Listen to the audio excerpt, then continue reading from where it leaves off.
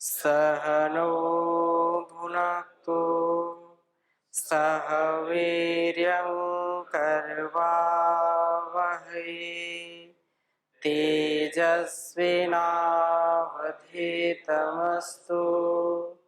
मा विद्विषावहै। ओम शांति शांति शांति। वैदिक जीवन पद्धति की इस कक्षा में लगातार हम वेदों के मंत्रों का स्वाध्याय कर रहे हैं और कहा कि वेदो अखिलो धर्म मूलम। वेद सब सत्य विद्याओं का पुस्तक है। वेद का पढ़ना पढ़ाना सुनना सुनाना सभी आर्यों का अर्थात श्रेष्ठ जनों का परम कर्तव्य है। वेद में कोई भेद नहीं है। इस प्रकार से ये मनुष्य मात्र के लिए, प्राणी मात्र के लिए, संसार में सुख के आधान के लिए, हर प्रकार के ज्ञान विज्ञान के लिए वेदों का पढ़ना पढ़ाना सुनना सुनाना यदि होता है तो निश्चित रूप से किसी प्रकार का हमारे जीवन में कोई अभाव नहीं होता है। जो माया मोह है, जो विषय है, जो तृष्णा है, उनके प्रभाव से हम बचे रहते हैं, क्योंकि प्रवाह में सब बह जाते हैं। प्रभाव जैसे पड़ा और उस प्रभाव में, प्रवाह में, बहाव में लोग बह जाते हैं। कौन नहीं बहते? जो धीर गंभीर है, जो ठहराव के साथ अटल अचल बन करके उस परमात्मा के प्रति पूर्ण समर्पण, पूर्ण कृतज्ञता का भाव रखते हैं और वेद वाणी पर 100% जो विश्वास रखते हैं, क्योंकि वेद ईश्वर की वाणी है और वेद में जो कुछ भी है वो संसार में कोई कितना भी इसको खरी कसौटी में उतारना चाहे उतारे, कभी भी यह विफल नहीं हो सकते हैं। एक दशांश भी, एक अंश भी यदि हम इसको जीवन में उतारते हैं तो निश्चित रूप से हमारा जीवन सुगंधित होता है, विकसित होता है। हम पुष्प की भांति सुगंध फैलाने वाले होते हैं और सदा पुष्प की भांति मुस्कुराने वाले होते हैं। चाहे किसी भी परिस्थिति में व्यक्ति हो, जब उसने अपने जीवन में वेद को अपना मार्गदर्शक माना है, उसने वेदों को अपने जीवन का आधार बनाया है, तो उसका जीवन निराधार कभी हो नहीं सकता। तो ऐसे हम सौभाग्यशाली हैं जो इन वेदों की वाणियों को सुन रहे हैं, वेद मंत्रों को समझ रहे हैं। नहीं तो आज के समय में वेदों का सुनना सुनाना तो बहुत कम होता है। ये ऐसा पतंजलि योग पीठ ऐसा तीर्थ है, ऐसा ये परिवार है जहां परम पूज्य स्वामी जी महाराज, परम पूज्य आचार्य श्री के तप से, यह उनके पावन संकल्प से हो रहा है कि यहाँ वैदिक गुरुकुलम या पतंजलि विश्वविद्यालय या आचार्य कुलम पतंजलि गुरुकुलम सारा परिवार वैदिक जीवन पद्धति को अपना करके जीवन को अच्छा बना रहा है। और उसी भाव से ओतप्रोत होकर के यह कार्यक्रम हम अन्य सभी देश और दुनिया के लोगों के लिए जो वैदिक धर्म को स्वीकारते हैं, वैदिक धर्म अर्थात मानवीय धर्म को, अर्थात दैवीय धर्म को, दैवी कर्म को जो अपना स्वधर्म मानते हैं, उनके लिए यहाँ से यह कार्यक्रम बहुत अच्छी प्रकार से संचालित हो रहा है। आज एक नए मंत्र के साथ हम प्रस्तुत हुए हैं। अष्टदश अर्थात यजुर्वेद के 18वें अध्याय में बहुत ही अच्छा एक मंत्र आया, 59वां मंत्र, जिसमें सुख का निधि यज्ञ, अर्थात सुख यदि चाहिए, कौन दुखी रहना चाहता है? सबको सुख चाहिए, चाहे अमीर हो गरीब हो, धनवान हो निर्धन हो, स्त्री हो पुरुष हो, बालक हो बालिका हो, कोई भी हो, कोई भी दुख पाना चाहता है क्या? सब चाहते हैं कि दुख ना मिले, दुख मेरे से कोसों दूर रहे, सुख मिले। सुख की कामना सब करते हैं। तो सुख की कामना में व्यक्ति कभी कभी अविवेक में, अज्ञानता में, लोभ में, लालच में अन्याय भी कर देता है। क्षणिक सुख के लिए, एक तो दीर्घकाल का सुख होता है, आनंद होता है, वो तो शाश्वत है, वो ईश्वर से मिलता है। आत्मिक जो सुख है वो ईश्वर से मिलता है। लेकिन इस संसार के सुखों को, छोटे छोटे सुखों की पूर्ति के लिए, भौतिक सुखों की पूर्ति के लिए लोग कभी कभी अनर्थक कार्य करते हैं, बहुत अनर्थ कर देते हैं। तो जैसा जो कर्म करेगा वैसा उसको फल मिलेगा।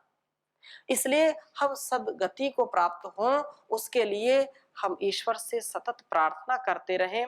और क्योंकि वह तो जो यज्ञीय कर्म होगा, यज्ञ युक्त हमारा जीवन होगा, तो हम वैसे ही यज्ञमय जीवन को जी करके सुख और शांति को प्राप्त करेंगे। और यदि छल कपट से युक्त, द्वेष दंगा से युक्त जीवन रहा, तो वैसी योनि को प्राप्त होंगे।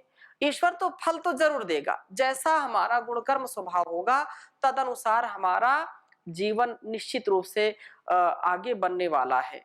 और जो जैसा कर्म करता है उसको वैसा वो भरता ही भरता है। चाहे सुख के लिए कर्म किया गया हो, चाहे दुख के लिए किया गया हो, वो अपने लिए सुख यदि चाहता है, दूसरों को दुख देगा, तो उसका दुख, दूसरे का दुख भी कभी उसका दुख बन करके सामने आएगा। जैसा बीज बोएगा व्यक्ति वैसा ही फल खाएगा। यदि बबूल का बीज बोया है तो आम खाने की उसको कभी भी कोशिश नहीं करनी चाहिए, क्योंकि जब बबूल बोया है तो उसको कांटे मिलेंगे, उसको फूल कैसे मिल सकते हैं, उसको आम कैसे मिल सकते हैं। इसलिए हमारी वाणी हमारे मन से, बहुत वैज्ञानिक बात है, हमारे मन से जो विचार उठते हैं वो हमारी वाणी में आते हैं। हमारी वाणी जो बोलती है वैसा हम कर्म करते हैं। मन से भी यदि पाप होता है तो हमको दुख मिलेगा। यदि वाणी से हमने पाप किया है, किसी को कठोर बोला है, तो उसका भी परिणाम भोगना पड़ेगा। यदि कर्म शरीर से किया है अशुभ, तो उसका भी परिणाम हमको भोगने के लिए सतत तैयार रहना चाहिए। और कोई कितना भी चालाकी करे, उस ईश्वर से कोई बच नहीं सकता। उसका कैमरा चारों तरफ फिट है। यहाँ का कैमरा हो सकता है कभी कभी धोखा दे दे, मशीनरी खराब हो जाए, लेकिन उसके कैमरे से कोई बच नहीं सकता है। तो हम मनसा वाचा कर्मणा, चाहे बचपन से लेकर के 55 तक, बचपन से लेकर के वृद्धावस्था तक हम यज्ञमय जीवन जीने का प्रयास करें। जो ऋषि मुनि, जो भक्त प्रहलाद हो, ध्रुव हो, या अन्य जितने भी महापुरुष हुए हैं, बचपन से ही उन्होंने दैवी गुणों से युक्त होकर के अपने जीवन को जिया है। इसलिए कहा कि प्रभु तो कण कण में व्याप्त है, वो तो हमारी सारी चीजों को, बारीकियों को देख रहा ना, अंदर बाहर सब जान रहा है। तुम क्या सोच रहे हो, क्या विचार कर रहे हो, तुम्हारे मन में क्या चल रहा है, वो सब जान रहा है। वो मनसो जवीयो है, वो मन की बात जानता है। मनसो मनो यद वाचो हवाचम, वह परमात्मा सब जगह विद्यमान है। तुम्हारे मन की बात, हमारे मन की बात जानने वाला है। मेरे मन में कोई बात आ गई और उसको तुरंत पता हो गया कि आप क्या सोच रहे हैं। दृष्टि भले ही आपकी इधर उधर हो, कान भले ही आपकी इधर उधर हो, लेकिन वो तो जानने वाला है। इसलिए बहुत भाव के साथ इस बात को समझना चाहिए, इस विज्ञान को समझना चाहिए। कण कण में बसा प्रभु देख रहा, चाहे पुण्य करो चाहे पाप करो। है, इसलिए हमको पुण्य पाप करने से पहले सोचना चाहिए कि मैं क्या कर रहा हूं। हाँ, कोई उसकी नजर से बच न सका, चाहे पुण्य करो चाहे पाप करो। यह जगत रचा है ईश्वर ने, जीवों के कर्म करने के लिए, कुछ कर्म नए करने के लिए, जो पहले किए भरने के लिए, जो पहले किए भरने के लिए। यह आवागमन का चक्र चला, चाहे पाप करो चाहे पुण्य करो। इंसान शुभ शुभ कर्म करे, अधिकार मिला है जमाने में। उसको अधिकार मिला, स्वतंत्र करता, वो स्वतंत्र है, कर्म करने के लिए सदा स्वतंत्र है, कुछ भी करे, लेकिन फल पाने में परतंत्र है। कर्मों में स्वतंत्र बना है मगर परतंत्र सदा फल पाने में। है न्याय प्रभु का बहुत कड़ा, चाहे पुण्य करो चाहे पाप करो। कण कण में बसा प्रभु देख रहा, चाहे पुण्य करो चाहे पाप करो। इस दुनिया में कृत कर्मों का फल हरगिज माफ नहीं होता। जब तक न यहाँ भुगतान करो, यह दामन साफ नहीं होता। याद रहे पथिक नियम सदा, चाहे पुण्य करो चाहे पाप करो। पुण्य और पाप दोनों जो है हमको सोच विचार के करना चाहिए, और ये कामना तो सदा रहनी चाहिए कि पुण्य करेंगे तो पुण्य ही मिलेगा, पाप करेंगे तो पाप मिलेगा, दुख मिलेगा। इसलिए पाप ना हो इसके लिए क्या करना, इसके लिए हमने पहले भी पढ़ा था कि बड़ों की संगति, गुरुजनों की संगति, जो हमसे जान में विज्ञान में बढ़े उनकी संगति करना, और साथ साथ यज्ञ करना, यज्ञी भावना से उत्प्रोत होना। तो अगला मंत्र इस बात को यहाँ प्रकट कर रहा है, इसका उपदेश दे रहा है। इसको लिखेंगे, इसकी फिर हम चर्चा करते हैं आपके समक्ष, उच्चारण करेंगे। एतम सधस्था परिते ददामि, यमा वहाच्छे वधिम जात वेदाः। अन्वा गंता यस्पतिर्वो अत्र,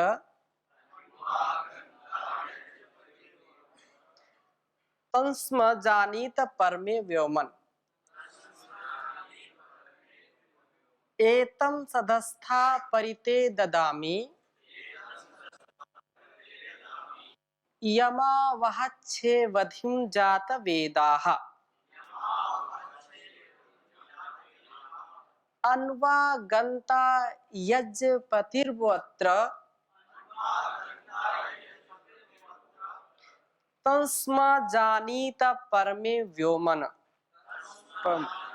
परमे व्योमन कहने का आशय ये है कि वह जो परमात्मा है उपदेश कर रहा है, प्रभु जीव से कहते हैं, वो परम पिता परमेश्वर हमारे लिए क्या करता है, उपदेश करता है, हमको उत्साहित करता है, और एतम इस यज्ञ को बोलता है, प्रेरणा देता है कि एतम इस यज्ञ को सधस्था, बहुत महत्वपूर्ण बात है, इसको समझ जाए यदि हम। वेद का वचन है, ईश्वर हमको आदेश देता, हमारा पिता हमको आदेश देता है, बाप का बाप है, सबसे बड़ा बाप है, और वो हमको कहता है, क्या कहता है कि एतम इस यज्ञ को सधस्था, मिलकर बैठने के स्थान में प्रातः सायं उपस्थित होने वाले तेरे लिए परिददामी देता हूं। अर्थात जो यज्ञ है उसको प्रतिदिन मिल करके करने वाला यह परम कर्तव्य है। साथ साथ मिल करके बैठ करके यज्ञ करने का प्रावधान ईश्वर ने किया है। हाँ, कोई अनुष्ठान विशेष करता है तो वहां पर अकेले भी करते हैं, परंतु यज्ञ का जो भाव है तभी सार्थक होगा जब हम साथ साथ मिलकर बैठ करके करते हैं।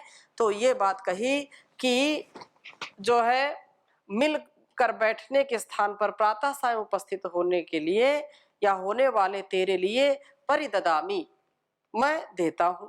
वेद के अनुसार प्रत्येक घर में मुख्य जो हविर्धानम, अग्नि में हविर द्रव्यों को डालने का स्थान, एक कमरा जो है यज्ञ के लिए एक व्यवस्थित होना चाहिए।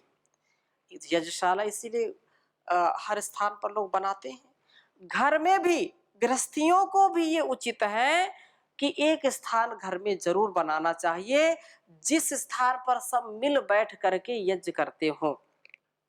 छोटे बड़े सब मिल करके स्नेह पूर्वक उस यज्ञ वाले कमरे में बैठे, यज्ञ करें, जिससे उसमें सुख और शांति का जो है अनुभव कर सकें।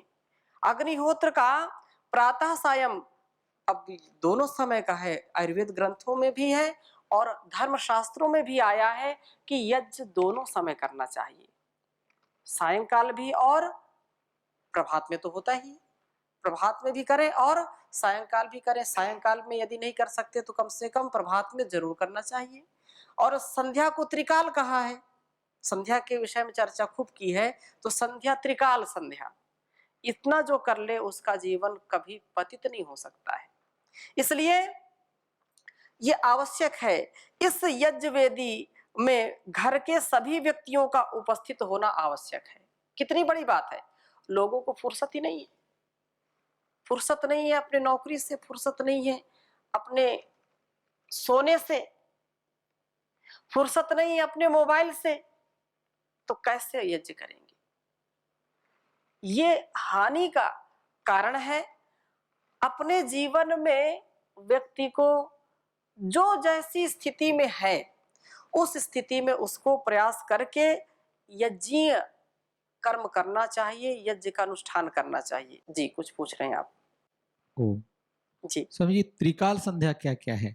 दो समय की संध्या तो बताते संध्या हैं। के समय हमने चर्चा की है ना, सुबह संध्या, संध्या जब सूर्य उदय होने से पूर्व और सायंकाल सूर्य अस्त होने के बाद ब्रह्म यज्ञ करते हैं ना, संध्या। जी। और दोपहर में मध्य में करते हैं, देखो दिन के आरंभ में और दिन के अंत में और मध्य में। मध्य में समय क्या होना चाहिए? समय देखो ऐसा तो कोई समय सुनिश्चित, मध्य का मतलब जब मध्य दिन हो तब करें। अगर 12 से 1 के बीच, 12 से 12 1 से के 2 के बीच में बीच। करें, 2 के बीच में करें, जब आपको, अब देखो इसमें यदि कोई कहीं नौकरी कर रहा है व्यक्ति, 1 बजे लंच होता है, अब ये 12 बजे, 12:30 1 तक तो लंच वो अपने कार्य में रहेगा। तो यहाँ एक साधक की दृष्टि से उसको कम से कम संध्या का तात्पर्य है कि उसको थोड़ी देर शांत एकांत में बैठ करके ईश्वर का चिंतन जरूर करना चाहिए। मन को एकाग्र करके, आपसे सुबह से लेकर के दोपहर तक में क्या किया, कोई गड़बड़ काम तो नहीं किया, यदि किया तो पश्चाताप करे, और दोपहर से लेकर के सायं पर्यंत कोई गड़बड़ काम ना करे। उससे क्या है, व्यक्ति का उत्साह बढ़ता है, तनाव कम होता है, पवित्रता बढ़ती है। इसलिए त्रिकाल संध्या का जो है उपदेश किया गया है। वह विशेष कुछ मंत्रों का भी कुछ है क्या ऐसा? मंत्र का तात्पर्य इतना ही, विचार पूर्वक करें। कहने का आशा ये है यहाँ इस मंत्र में कि जब यज्ञ हो तो सारे घर के लोग उपस्थित होने चाहिए। एक यज्ञ ऐसा है कि सब बैठ करके मिल करके जब करते हैं तो उससे प्रेम बढ़ता है, स्नेह बढ़ता है। इसलिए यहां पर कहा कि सधस्थ, पहले एक मंत्र आया था सग्धिश्च में, सपीतिश्च में, पढ़ा था ना। तो यहां भी ये बात कही कि जो है सधस्था, जहां पर सब लोग एकत्रित होकर के बैठते हो, वहां यज्ञ जहां होता है, सब बैठेंगे तो एक दूसरे के जो राग द्वेष है, यदि छल कपट है, यदि थोड़ी सी तू मैं हुई है, तो वो भी खत्म हो जाती है। वर्षों व्यतीत हो जाते हैं, कोई समझता ही नहीं कि कोई पास में बैठता ही नहीं है, वर्षों हो जाते हैं। पिता माता के पास नौजवान बच्चा बैठता ही नहीं है, उसको पास समय ही नहीं है। लेकिन यज्ञ ऐसी विधा है, यज्ञ ऐसा अनुष्ठान है जिसमें सब एक साथ बैठते हैं, तो उससे प्रेम बढ़ता है। तो सधस्थ शब्द से यहाँ पर संबोधन किया है कि उसमें नियम पूर्वक आकर के सब बैठने वाले व्यक्तियों को भी यहाँ सधस्थ कहा शब्द से संबोधन किया। प्रभु कहते हैं कि हे सधस्थ, हे सधस्थ माने एक साथ बैठने वालों, आप जो है यह इस यज्ञ को मैं तुम्हें देता हूं, इस यज्ञ को मैं तुझे देता हूं। और यह यज्ञ वास्तव में क्या है, यह एक सर्वोत्तम निधि है। यज्ञ क्या है, एक सर्वोत्तम निधि है। यम शेवधिम, जिस सुख के कोश को जात वेदाह, सर्वज्ञ प्रभु जो है मैंने आवहात तेरे लिए प्राप्त कराया है। अपनी अल्प दृष्टि के कारण तो संभवतः यज्ञ के लाभ को न देख सके, परंतु प्रभु जानते हैं कि यह यज्ञ तेरे लिए इष्ट काम दुख है। इष्ट काम दुख का मतलब भले ही हमारी अल्पज्यता, हमारी अविवेक पूर्ण जो व्यवहार है, अविवेक पूर्ण की यज्ञ को महत्व न दे, परंतु यज्ञ बहुत बड़ा विज्ञान है, हृदयों को जोड़ने वाला है और संसार के सभी जो दुर्गुण, दुर्व्यसन, दुर्व्यवहार है उनको दूर करने वाला है। ये बड़ा महनीय है। तो इस यज्ञ के द्वारा इहलोक और परलोक दोनों में अपना कल्याण सिद्ध कर पाएगा। इस यज्ञ को जीवन का अंग बनाने पर तू अपने पिता प्रभु की उपासना कर रहा होता है। प्रभु आदेश के पालन से उसका पूजन होता है। इसी बात को इस मंत्र के शब्दों में इस प्रकार कहते हैं कि वह तो अत्र इस यज्ञशील जीवन, अर्थात हमारा जीवन यज्ञशील होना चाहिए, यज्ञ करने वाला होना चाहिए, यज्ञी होना चाहिए।